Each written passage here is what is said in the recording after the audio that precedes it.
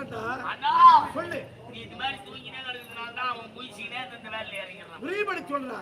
மணி என்னாச்சா? இரவு 1 மணி. இந்நாட்டுக்கு உன் பொண்டாட்டி அந்தரங்க அறையில வந்து தனியா சந்திக்கிறானே.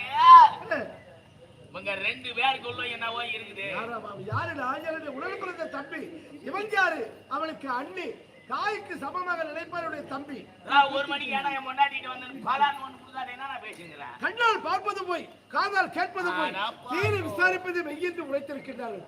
அவசரப்படாதனால விசாரிக்கிறேன். இப்படி வேதாந்தம் பேசி பேசியே கட்டு குடி சொல்ல போயிருந்தீங்க. நானு என்னைக்கு என் பேச்சு கேட்குது அன்னைக்கு தான் உருப்படுது. கேட்டதே போல தம்பி நீலமணி, இந்த இரவு நேரத்தில் நீங்கள் இருவரும்